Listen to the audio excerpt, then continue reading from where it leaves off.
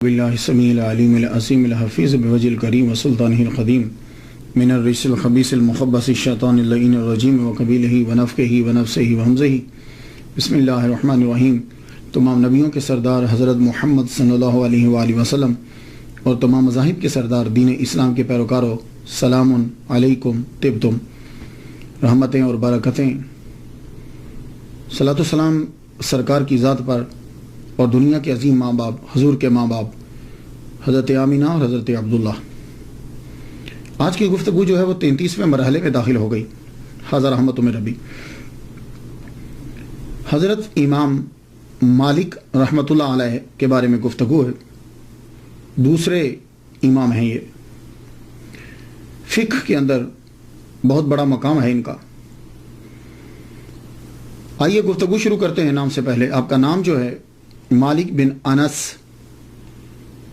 نون کے اوپر زبر پڑھیں گے، بن مالک بن ابی عامر بن عمر بن حارث بن غیمان بن خثیل صاحب، مدنی یمنی اصبحی۔ آپ کے والد گرامی کا نام جو ہے وہ انس ہے۔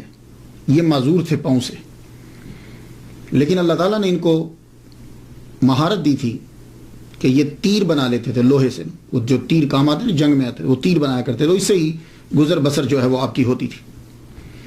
والدہ کا نام جو ہے وہ عالیہ یا غالیہ ہے، لیکن مجھے عالیہ جو ہے نا وہ لگتا ہے اس لیے کہ بعض اوقات نقطہ جو ہے وہ ہو جاتا ہے اوپر نیچے۔ عالیہ جو ہے یہ ازدیہ قبیلہ سے تھی، ازد جو قبیلہ ہے،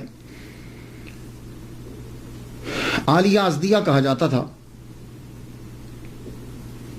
ولادت جو ہے امام مالک رحمۃ اللہ علیہ کی تذکرۃ الحفاظ میں ہے کہ آپ 93 ہجری میں پیدا ہوئے مدینہ المنورہ کے اندر، اور آپ کا وصال بھی جو ہے وہ مدینہ المنورہ میں ہی ہوا 180 ہجری کے اندر۔ ٹوٹل آپ نے 87 بہاریں جو ہیں وہ دیکھی، تو زمین پر 87 سال 87 ایئرز آپ جو ہیں وہ رہے۔ کسی نے خوب کہا ہے، فخر الائمۃ مالک نعم الامام السالک مولدہ نجم ہدا وفاتہ فاز مالک۔ کہتے ہیں کہ نجم 93 اس سے ان کی تاریخ پیدائش، اور فاز مالک 180 اس سے ان کی تاریخ وصال جو ہے وہ نکالی گئی۔ آپ کے نام کے ساتھ مدنی جو ہے، حضرت عمر رضی اللہ تعالیٰ عنہ کے بعد اگر کوئی مدنی ہے نا، سچا مدنی، تو امام مالک ہے۔ حقیقی طور پر آپ مدنی ہیں، مدینے کی ہر چیز سے آپ کو محبت۔ حضرت عمر رضی اللہ تعالیٰ عنہ سے تو بڑی محبت کرتے تھے۔ کیوں؟ حضرت عمر رضی اللہ تعالیٰ عنہ کی یہ آرزو تھی کہ میں مروں تو مدینے میں مروں، یہ آپ کی آرزو تھی۔ یہ بھی حضرت عمر رضی اللہ تعالیٰ عنہ سے بڑا پیار کرتے تھے، انہی کی طرح مونچھیں رکھی ہوئی تھی، اور انہی کے فتاوا پر، ان کے بیٹے کے فتاوا پر جو ہے وہ فتوا دیتے تھے، انہی کی فقہ کو زیادہ تر ترجیح دیتے تھے، انہی کی جگہ پر بیٹھتے تھے۔ تو اگر آپ مدنی کسی کو کہیں گے، صحیح طور پر مدنی اگر ہے کوئی، تو امام مالک رحمۃ اللہ علیہ۔ آپ کے اساتذہ زیادہ تر مدنی، آپ نے مدینہ کے استادوں سے، اساتذہ سے زیادہ تر جو ہے وہ سیکھا۔ آپ نے رہائش اختیار کی تو مدینہ میں، حالانکہ بارہا آپ کو خلفاء نے بلایا کہ بغداد آ جاؤ، اس جگہ پہ آ جاؤ جہاں جاتے، لیکن آپ نے مدینہ نہیں چھوڑا، تو رہائش اختیار کی مدینہ میں۔ آپ کو مدینہ سے اتنا پیار تھا کہ نئی درسگاہ نہیں کھولی۔ ہوتا ہے نا آدمی مشہور جب ہوتا ہے تو کہیں جا کر اور درسگاہ کھولتا ہے۔ آپ کو مدینہ سے اتنا پیار تھا کہ آپ نے مسجد نبوی کے اندر ہی سرکار کے روضہ اطہر کے سامنے ہی جو ہے وہ درسگاہ بنا لی، وہیں آپ بیٹھ کر پڑھایا کرتے تھے۔ مدینہ سے اتنا پیار تھا، کوئی مسئلہ آپ کو قرآن یا حدیث سے نہیں ملتا تو مدنی فقہا کے مسئلے کو ترجیح دیتے، اور مدینہ سے اتنا پیار تھا کہ چونکہ زندگی میں ایک حج فرض ہے صاحب استطاعت کے لیے، تو بس ایک حج ہی کیا، اس کے بعد دوبارہ حج کرنے نہیں گئے کہ کہیں رستے میں میرا وصال نہ ہو جائے، میں چاہتا ہوں کہ میں مروں تو مدینہ کے اندر مروں۔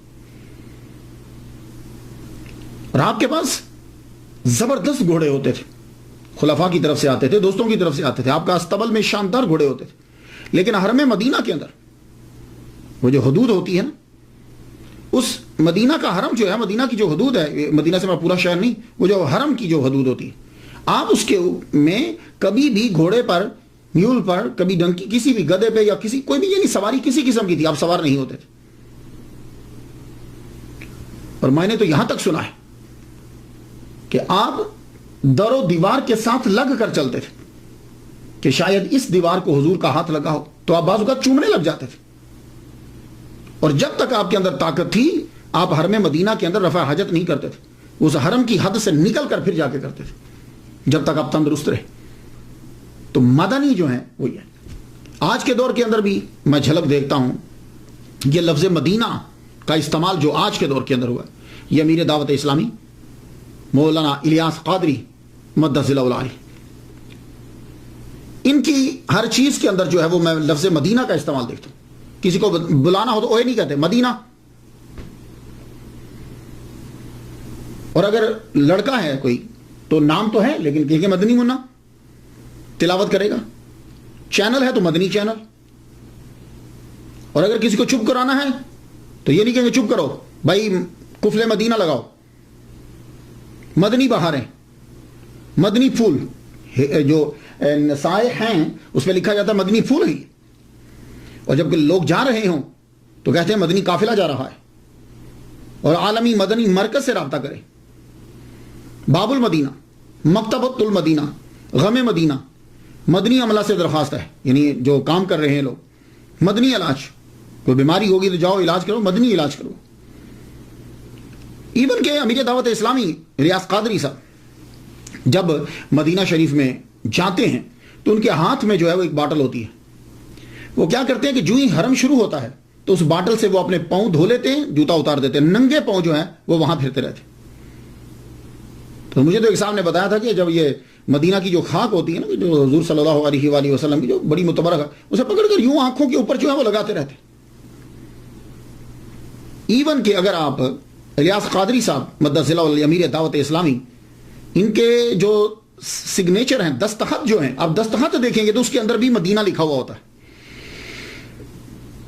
تو ایک بات یاد رکھیے گا، یہ جو لوگ عروج پہ پہنچتے ہیں نا، یہ مدینہ کی خاک کی وجہ سے پہنچتے ہیں.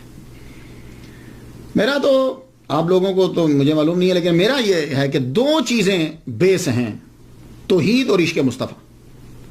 میں تو یہ دیکھتا ہوں بس، توحید اور عشق مصطفیٰ. اب اس کا مطلب یہ نہیں ہے اب جس کو عشق ہوگا وہ حضور کا کلمہ بھی پڑھے گا اور حضور کی تابع فرمانی بھی کرے گا. یہ بات یاد رکھیے. اب یہ نہیں کہ جس کو عشق ہو تو داڑھی کٹائی ہوئی اس نے اور وہ چرس پی رہا ہے نماز میں، ایسا نہیں ہوتا. وہ عشق ہے ہی نہیں ہے. توحید اور عشق مصطفیٰ جس میں نظر آتا ہے ہم اس کے در کے سگ ہیں. یہ بات یاد رکھیے. تو اس لیے یہ جن لوگوں کو بھی اللہ تعالیٰ نے مرتبہ دیا ہے وہ مرتبہ مدینہ کی وجہ سے ملا.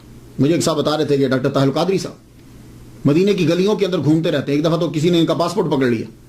وہ کہہ رہے بھائی یہ مدینہ کی گلیوں میں کیوں گھوم رہے ہیں؟ اور ایسے ایسے بھی لوگ ہیں کہ وہاں جا کر بھیس بدل کر کام کرتے رہتے ہیں، وہاں کے وضو خانے کو صاف کرتے رہتے ہیں. اللہ تعالیٰ ایسے عزت نہیں دیتا. اس لیے آپ لوگ دیکھو تصوف کے اندر یہ ہے توحید اور عشق مصطفیٰ. کسی میں توحید ہے اور عشق مصطفیٰ نہیں، وہ بھی بندہ ابھی تک کامل نہیں ہوا. توحید اور عشق مصطفیٰ جس میں دیکھو دیوانے ہو جاؤ اس پہ.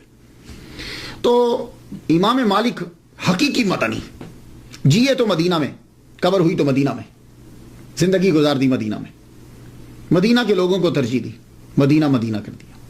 اور اصبحی، آپ کے نام کے ساتھ اصبحی بھی لگتا ہے. یہ یمن کا ایک قبیلہ ہے. ابو عامر پہلے تھے کہ جو یمن سے آئے تھے اور حضور صلی اللہ علیہ وآلہ وسلم کے ہاتھ پر اسلام قبول کیا. اور یہ غزوہ بدر کے علاوہ تمام غزوات میں محمد مصطفیٰ صلی اللہ علیہ وسلم کے ساتھ شریک ہوئے.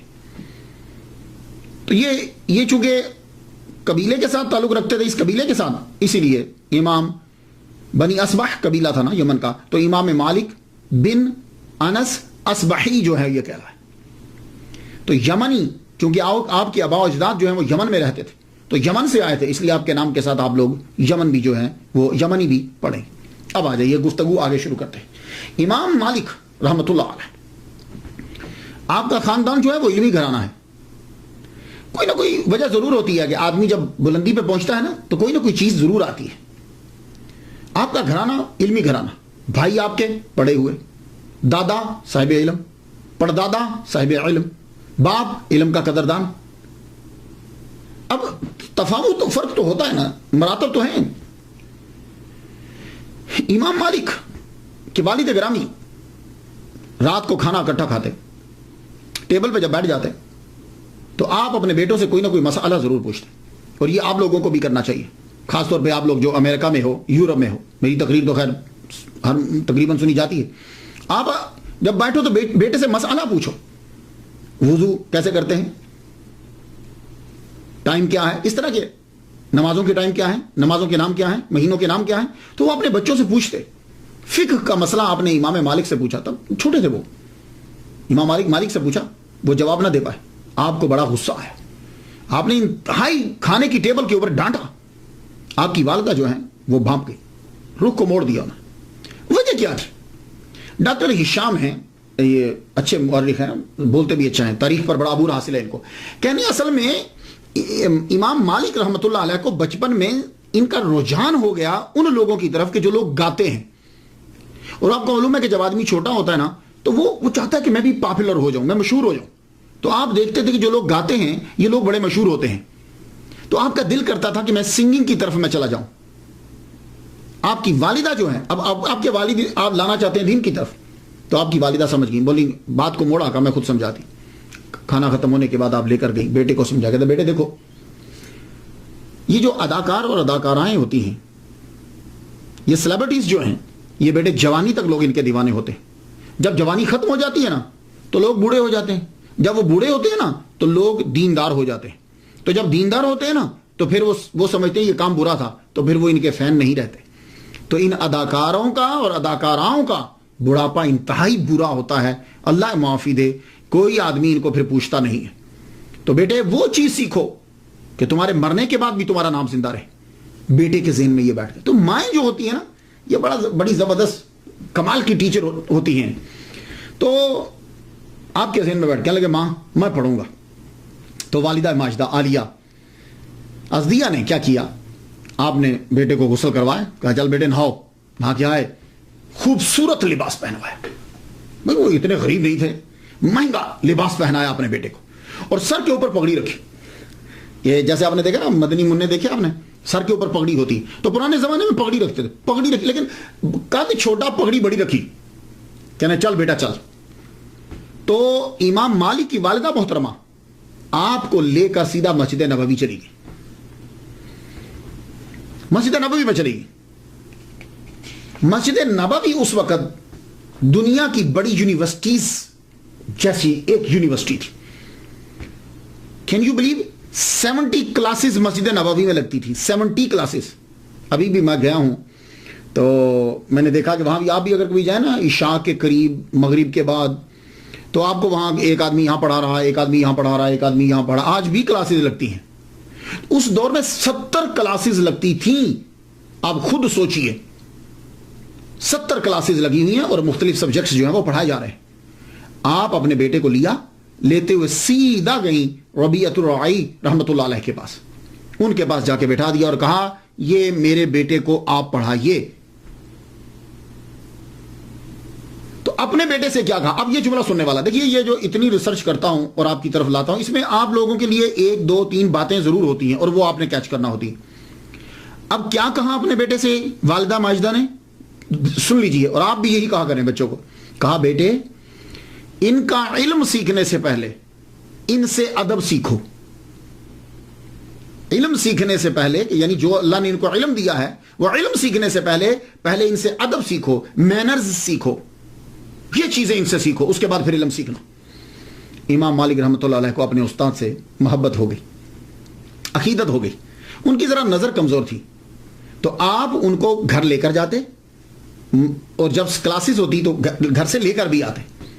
اب بینیفٹ یہ ہوا کہ ایک تو عقیدت بڑھ گئی, استاد خاص طور پر ان کو سکھانے لگ گئے, اور کلاسز میں جو سبق ہوتا اسے ایکسٹرا جو ہے امام مالک پڑھتے, اتنا شوق پیدا ہو گیا. اور پھر بعض اوقات امام مالک اپنے استاد کی توجہ حاصل کرنے کے لیے یہ بھی ٹرک کرتے, گھر سے اتنی کھجوریں لے آتے, کھجوریں لا کے باقی اسٹوڈنٹس کو بانٹ دیتے, وہ کھجوروں میں لگ جاتے, آپ استاد سے سبق لیتے رہتے.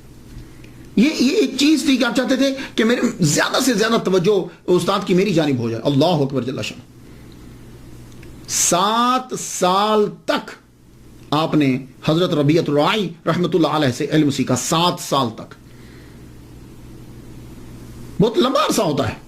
7 سال بہت لمبا عرصہ. آج کل تو 7 سال میں بندہ علامہ بن جاتا ہے. 7 سال بہت عرصہ ہوتا ہے. تب بھی ایک ہی استاد کے پاس. ایک دفعہ آپ کی سسٹر نے ابا سے کہہ دیا ابا بہت ٹائم لگا رہے ہیں مالک. کہا بیٹے نہیں, وہ حدیث سیکھ رہا ہے, نبی صلی اللہ علیہ وآلہ وسلم کا فرمان سیکھ رہا, اسے سیکھنے دو. 7 سال ان سے سیکھا. ان کے بعد امام مالک کے دوسرے استاد حضرت عبداللہ بن ہرمز رحمۃ اللہ علیہ. میں یہاں ایک بات عرض کرتا جاؤں. یہ عبداللہ بن ہرمز کون ہے؟ میرے سامعین جو ہیں وہ ریسرچ کریں گے تو خیر ہر چیز حاصل کر سکتے ہیں, لیکن عام طور پر یہ کون ہیں؟ یہ غلام ہیں. کن کے غلام ہیں؟ حضرت ابو ہریرہ رضی اللہ تعالیٰ عنہ کے غلام ہیں یہ. اب یہاں ایک نقطہ عرض کر جاؤں, کیونکہ کچھ ٹاپکس ایسے ہوتے ہیں پتہ نہیں کب بناؤں گا کب بولوں گا, لیکن ایک ایک بات آپ کو دیتا جاؤں. آج کل یہ مشہور کیا جاتا ہے کہ اسلام جو ہے یہ غلامی کو عروج دیتا ہے, اور ہم لوگوں نے غلامی کو ختم کیا ہے. صرف لفظی غلامی کو ختم کیا ہے, مانوی تو جاری ہے. مانوی تو آج بھی غلامی جاری ہے. تو صحابہ کرام کیا کرتے تھے؟ وہ غلام لیتے تھے, اڈاپٹ کرتے تھے بچوں کو, یا اپنے غلام کے بچے کو اڈاپٹ کر لیتے تھے یا غلام اڈاپٹ کر لیتے تھے. پھر اس کو وہ سارا علم سکھاتے تھے. اسی لیے جا کر دیکھ لیجئے کہ آپ بڑے بڑے مفسرین, محدثین, مفکرین کے اندر آپ کو غلام زادے نظر آئیں گے. اب یہی حضرت عبداللہ ابن ہرمز رحمۃ اللہ علیہ, حضرت ابو ہریرہ رضی اللہ تعالیٰ عنہ نے ان کو اڈاپٹ کیا اور ان کو پوری حدیث سکھائی. اب آپ خود سوچئے کہ ان کے پاس کتنی احادیث ہوں گی. تو ہمارے ہاں یہ چیز نہیں ہے. بڑے بڑے مفکر. اور بھی ایک یہاں اور سن لیجیے. اب غلام کا درجہ اس دور میں غلام کی کیا کیٹیگری ہوتی ہے؟ یعنی آپ کے معاشرے میں جو کمین ہے نا, کم تر درجے کا, اس کے برابر غلاموں کا درجہ ہوتا تھا. اب آپ اندازہ کر لیجئے. لیکن وہ لوگ یہ سمجھتے تھے کہ اس شخص کے پاس علم ہے, یہ خوبی رکھتا ہے, وہ اس کی عزت کرتے تھے.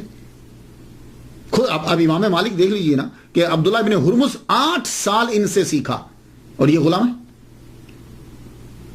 یہاں سے آپ کو غلاموں کا مقام معلوم ہو جائے گا. نافع کون ہے؟ جو سب سے زبردست چین ہے, یہ عظیم محدث اور سکالر, یہ حضرت عبداللہ بن عمر کے غلام ہے.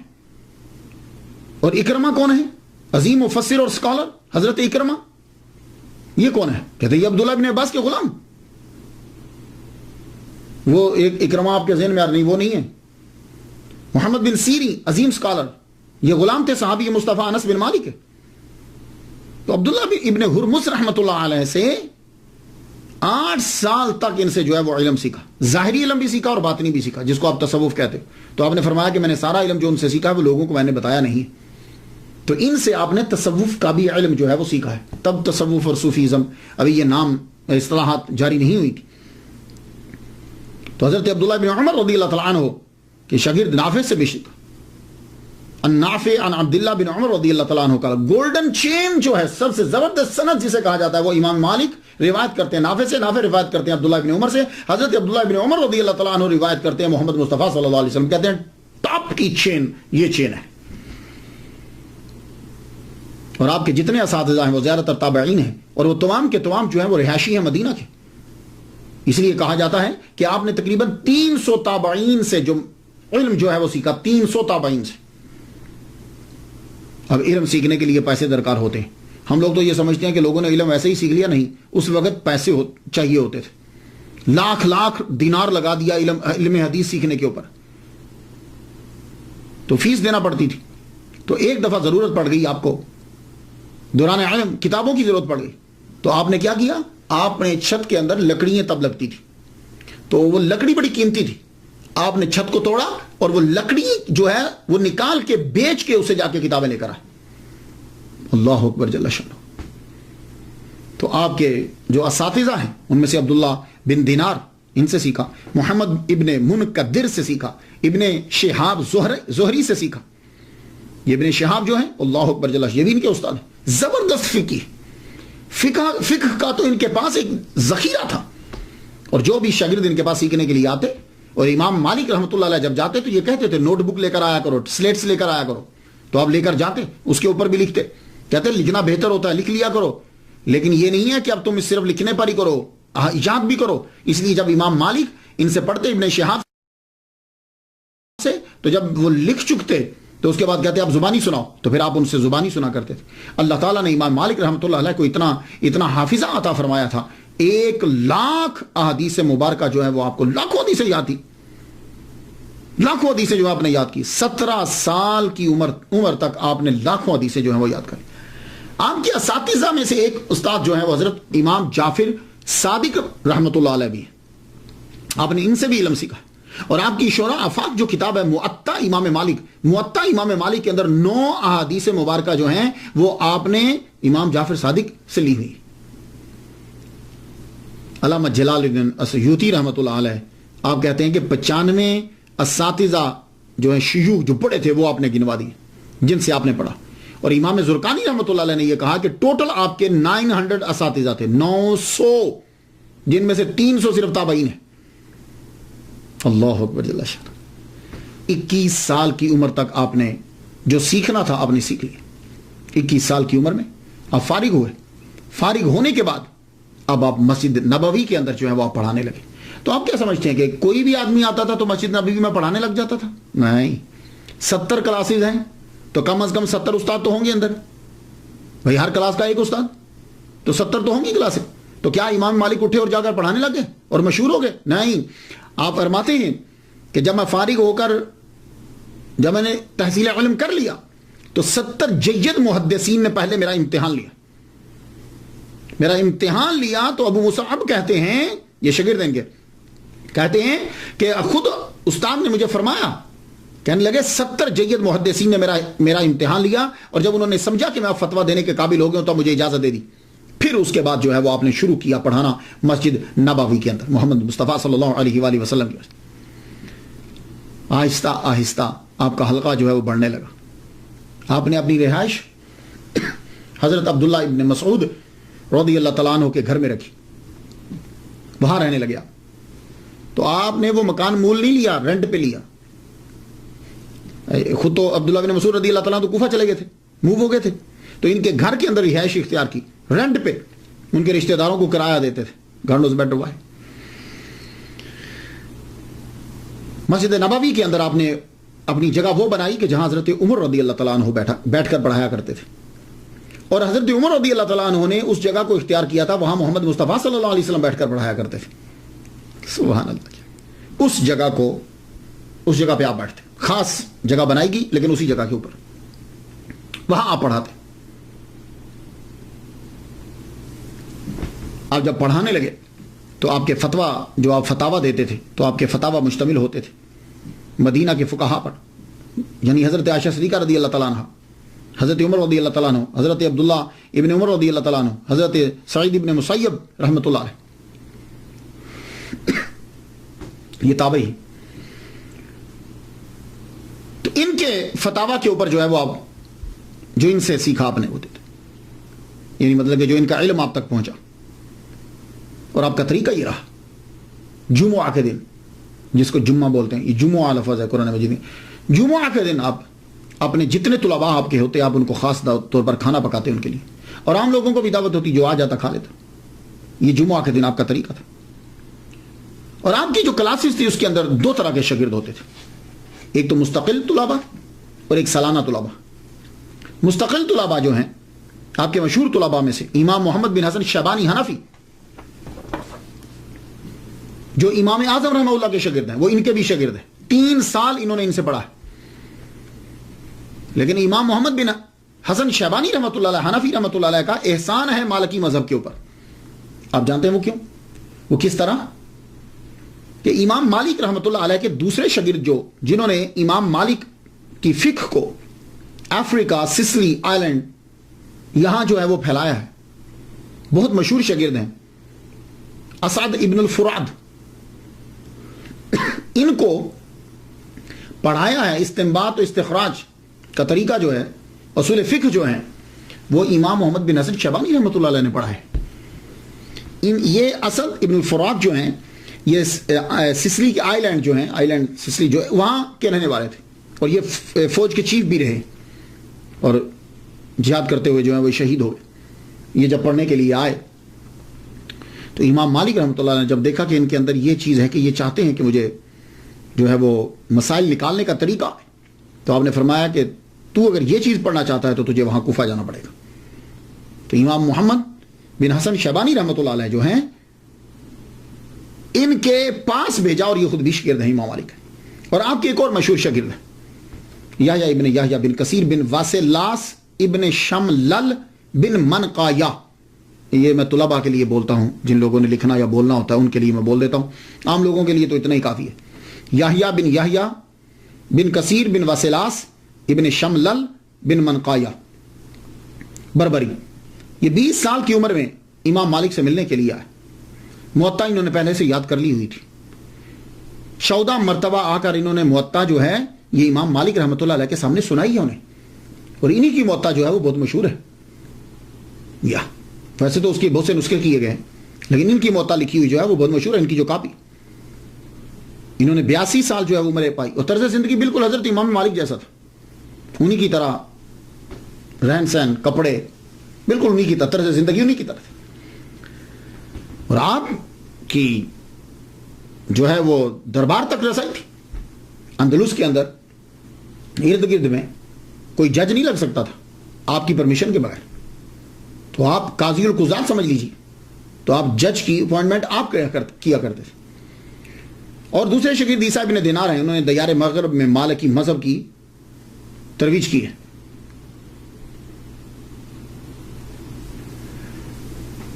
اسی طرح امام مالک کے شاگردوں میں سے آپ کی بیٹی جو ہے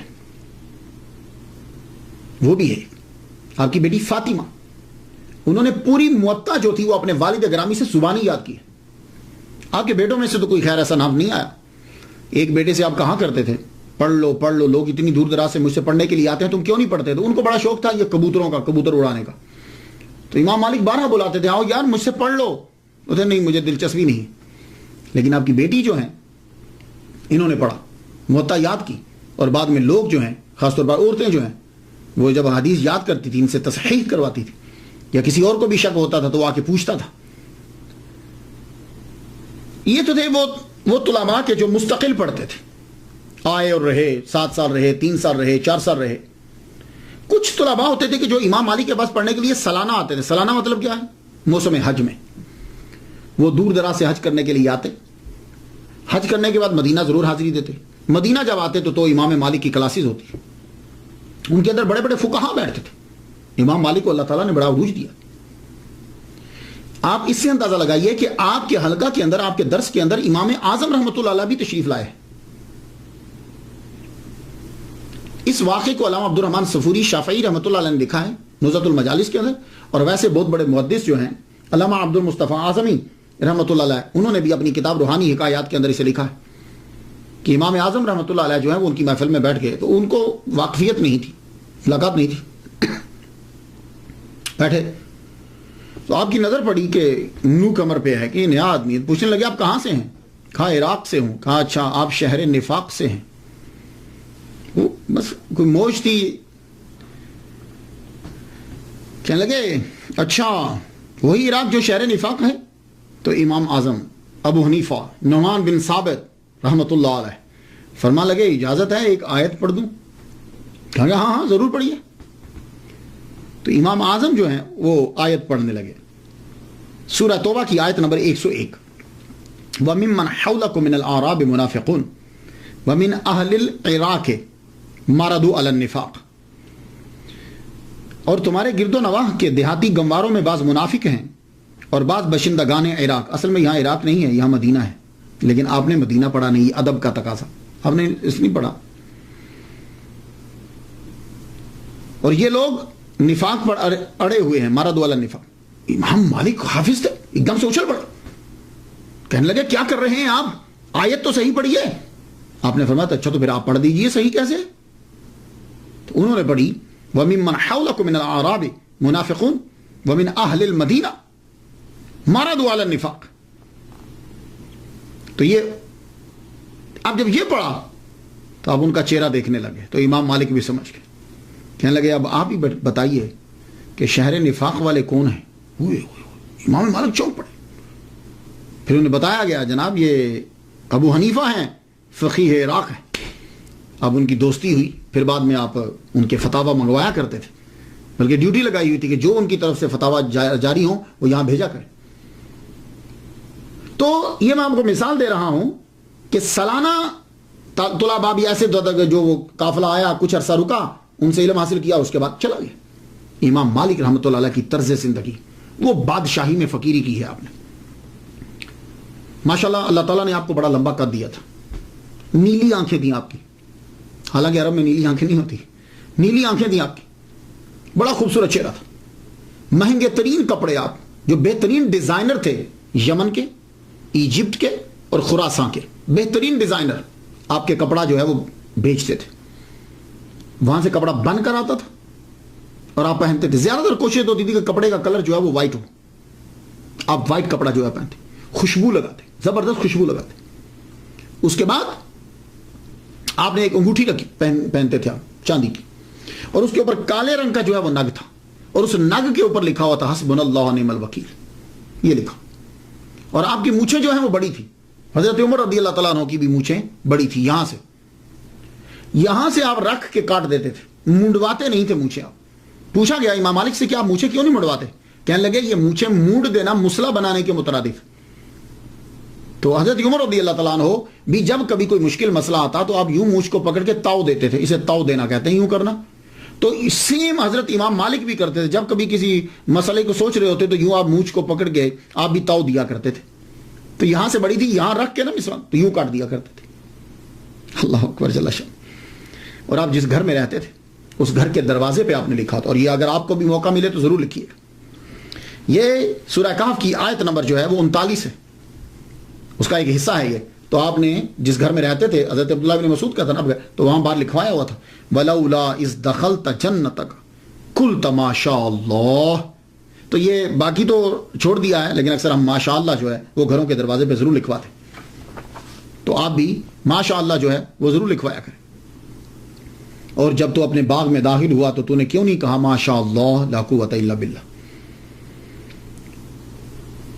اور جب نماز پڑھنے کے لیے امام مالک رحمہ اللہ جاتے مسجد میں تو ایک رومال لے کر جاتے ساتھ، نرم سا نا رومال، نرم سا ہاتھ میں جو تھا رومال لے کر جاتے۔ کسی نے پوچھا جو نماز پڑھنے جاتے ہیں تو یہ رومال کیوں لے کر جاتے ہیں؟ فرمانے لگے اس رومال کو رکھ کے سجدہ کرتا ہوں اوپر۔ پوچھا کیوں؟ تو زمین پہ کرے نا۔ کہنے لگے پھر وہ یہاں محراب بن جاتا ہے، تو میں نہیں چاہتا کہ لوگ یہ میرا کالا نشان دے کے کہیں کہ وہ دیکھو بہت بڑا زاہد آ رہا ہے، تو میں یہ رومال نیچے رکھتا ہوں تاکہ اوپر ماتھا رکھو تو وہ نشان نہ بنے۔ اللہ اکبر۔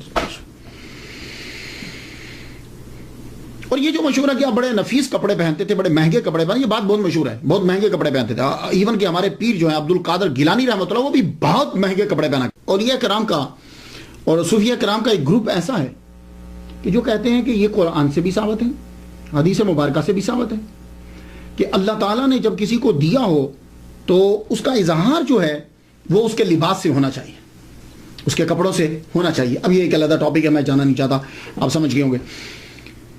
تو امام مالک بھی انہی میں سے ہیں کہ جب اللہ تعالیٰ نے دیا ہے تو اللہ تعالیٰ کی نعمت کا شکر ادا کرنے کے لیے تمہیں وہ چیزوں کا استعمال جو ہے وہ کرنا چاہیے۔ امام مالک کا فلسفہ یہ تھا کہ زہد کپڑوں کے اندر نہیں ہوتا، زہد جو ہے وہ دل کی ایک کیفیت کا نام ہے، تو اس لیے یہ ضروری ہے کہ پھٹے پرانے کپڑے جو ہیں وہ پہنے جائیں۔ دوسری وجہ یہ ہے کہ امام مالک محمد مصطفیٰ صلی اللہ علیہ وآلہ وسلم کی حدیث مبارکہ کا بڑا احترام کرتے تھے، بہت احترام کرتے تھے۔ آپ اندازہ اس بات سے لگا لیجیے کہ امام مالک رحمۃ اللہ علیہ نے جب حدیث پڑھانا ہوتی تھی تو ایک نشست کے لیے آپ غسل فرماتے تھے، کپڑے پہنتے، خوشبو لگاتے، ایون کہ آپ کی محفل میں جہاں حدیث پڑھائی جاتی تھی وہاں اور لبان جو ہے وہ سلگایا جاتا تھا۔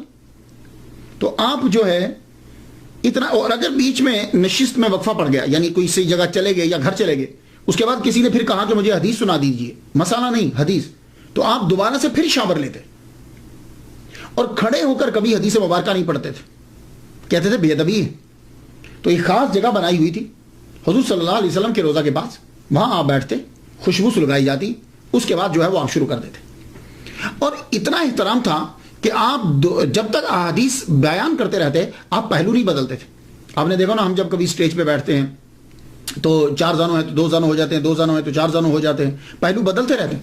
آپ کو اگر کوئی کیڑا کاٹتا بھی تھا اسکارپین کبھی ایک دفعہ کاٹا بھی تو آپ نے پہلو نہیں بدلا، بے ادبی ہے سرکار. تو آپ اس لیے نفیس کپڑے جو ہے وہ پہنتے تھے کہ محمد مصطفیٰ صلی اللہ علیہ وآلہ وسلم کی حدیث مبارکہ جو ہے وہ بیان کرنی. اب سوال یہ ہے کہ آپ کے پاس پیسے کہاں سے آتے تھے؟ تو آپ کے پاس پیسوں کے 3 ذرائع تھے آمدن کے. پہلا ذریعہ یہ تھا کہ آپ کے والد گرامی کی طرف سے آپ کو 100 دینار ملے تھے. اس کے علاوہ آپ کے پاس خود بھی پیسے تھے. آپ وہ پیسے جو ہیں وہ آپ نے اپنے بھائی کو دیے. آپ کے بھائی جو ہیں انہوں نے بزنس میں ان پیسوں کو لگایا، تو وہ بزنس میں جو وہ پیسے لگائے تو اب وہاں سے پارٹنرشپ جو تھی اس سے آپ کو کچھ آمدن ہو جاتی. ایک دوسرا جو ہے وہ کیا تھا کہ دوسرا آپ کے جو ہم مکتب تھے اور دوست تھے لیث ابن سعد، آپ کے دوست تھے لیث بن سعد، بڑے امیر تھے.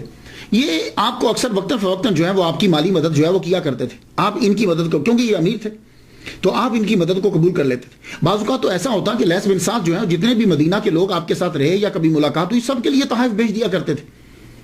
تیسرا ذریعہ یہ تھا آمدن کا آپ کے پاس، وہ ذریعہ تھا خلیفہ منصور کے ساتھ آپ کی بڑی اچھی دوستی تھی. آپ خلیفہ منصور کے تحائف کو قبول کر لیتے تھے.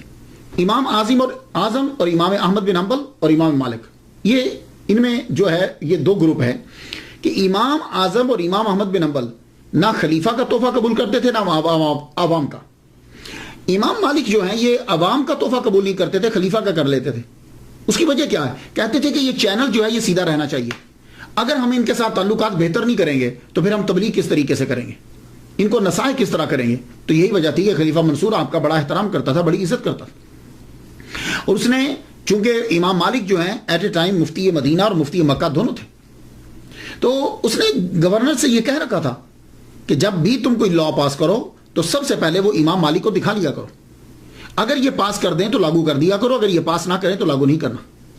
یہی وجہ ہے کہ مکہ اور مدینہ کے دونوں گورنر جو ہیں وہ امام مالک سے ڈرتے تھے. ان کی جرت نہیں ہوتی تھی کہ وہ ان کے دروازے پہ چلے جائے. آپ کو یاد ہوگا جب میں نے امام شافعی رحمۃ اللہ علیہ کا تذکرہ کیا تو امام شافعی گورنر مکہ کا لیٹر لے کر آئے تھے گورنر مدینہ کے نام. تو گورنر مدینہ سے یہ کہا کہ آپ چلیے امام مالک سے میری سفارش کر دیجئے.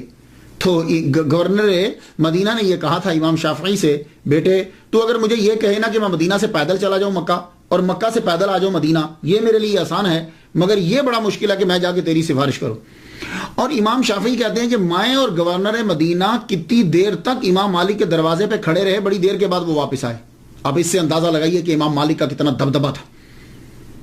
تو وہ یہ چاہتے تھے کہ یہ چینل جو ہے یہ برقرار رہے. امام مالک رحمۃ اللہ علیہ لوگوں کے سامنے مل کر کھانا نہیں کھاتے تھے، وہ کھانا گھر میں کھاتے تھے. قرآن مجید کی ایک آیت میں پڑھ رہا تھا، آپ بھی سن لیجیے. سورہ نور کی آیت نمبر 61 ہے، اس کا ایک حصہ ہے لیسا علیکم جناح ان تاکلوا جمیعا او اشتاتا. تم پر اس بات میں کوئی گناہ نہیں کہ تم سب مل کر کھاؤ یا الگ الگ کھا لو. خیر کچھ تو کہتے ہیں کہ اس سے مراد یہ ہے کہ ساروں کے ساتھ مل کر کھانا یا ایک گروپ کے ساتھ مل کر کھانا. خیر تفسیریں تو بہت ساری ہیں.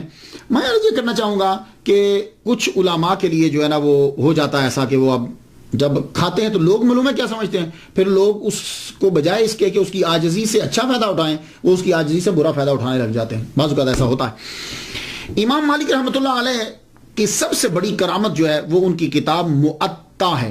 اکثر ہم موطا بول دیتے ہیں، میں آپ کی اغلاط نہیں نکالتا لیکن یہ ہوتا ہے کہ میں وہ لفظ بول دیتا ہوں. کبھی بعض اوقات میں بھی میرے معاشرے میں جو الفاظ میں نے سیکھے ہیں میں بھی وہی بولتا ہوں، جبکہ مجھے معلوم ہوتا ہے کہ اس کا اصلی پروننسیشن یہ ہے، لیکن میری زبان سے وہی نکلتے ہیں. تو موطا جو ہے یہ اس میں مفعول کا صیغہ ہے، تو موطا امام مالک ہم بول دیتے ہیں، لیکن موطا بولیں جب کبھی آپ تقریر کر رہے ہوں. خلیفہ منصور عباسی نے کہا ایک دن، یہ کہا کہ آپ کو اتنی احادیث مبارکہ یاد ہیں تو آپ وہ تمام احادیث کو جمع کر کے کتاب تالیف کیوں نہیں کر دیتے؟ وہ کتاب تالیف کر دیں تاکہ بعد میں آنے والوں کے لیے آسانی ہو جائے، یا جو آدمی آپ کے سامنے پڑھتے ہیں ان کے لیے آسانی ہو جائے. تو پھر حضرت امام مالک رحمۃ اللہ علیہ نے کتاب جو ہے وہ لکھنی شروع کی. 1,00,000 احادیث مبارکہ میں سے اللہ اکبر جل شانہ 10,000 احادیث مبارکہ کا انتخاب کیا آپ نے. 10,000 کے بعد پھر اور کم ہوتی چلی گئی. تو یہ موطا جو ہے نا یہ اس میں مفعول کا صیغہ ہے. یہ نام ہی بتاتا ہے کہ بڑی چیکنگ ہوئی اس کتاب کی. موطا کا معنی ہوتا ہے روندا ہوا، تیار کیا ہوا، نرم و سہل بنایا ہوا. یہ نام بتا رہا ہے کہ اس پہ بڑی ریسرچ ہوئی.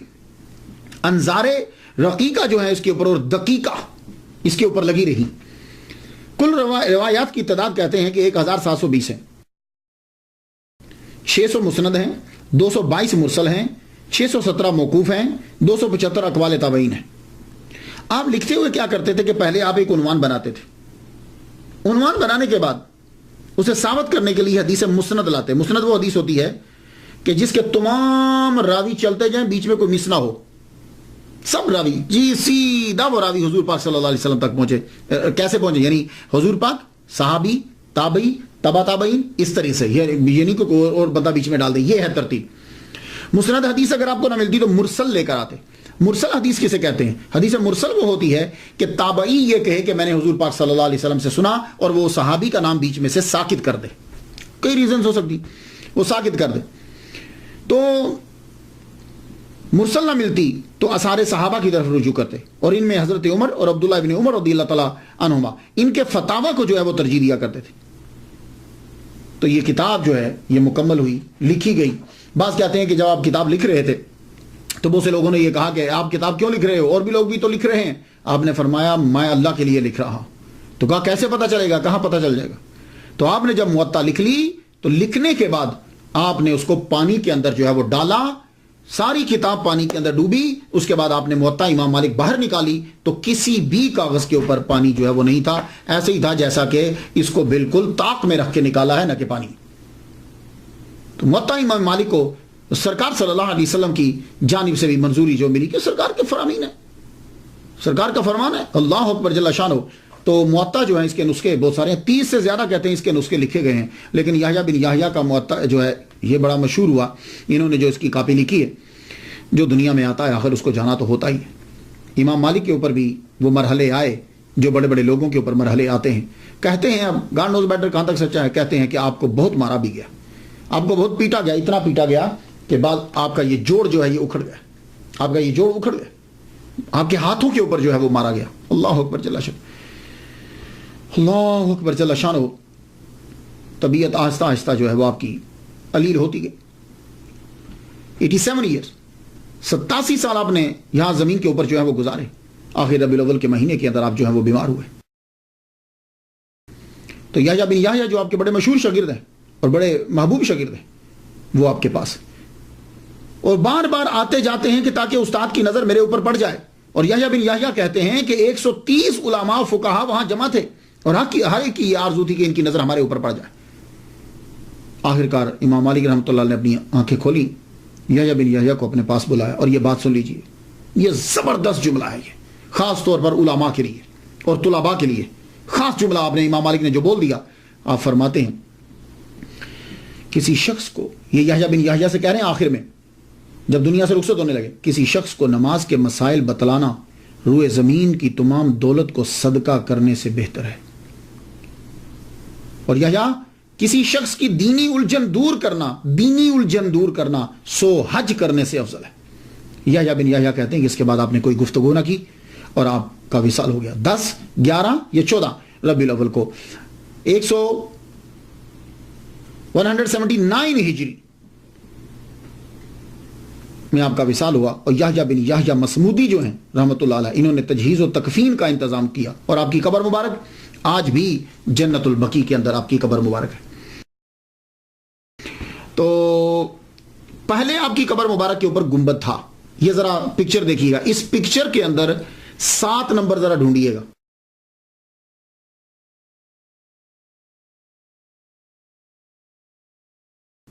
سات نمبر ڈھونڈیے گا، وہ 7 نمبر جو ہے وہ گنبد بنا ہوا ہے امام مالک کی قبر میں۔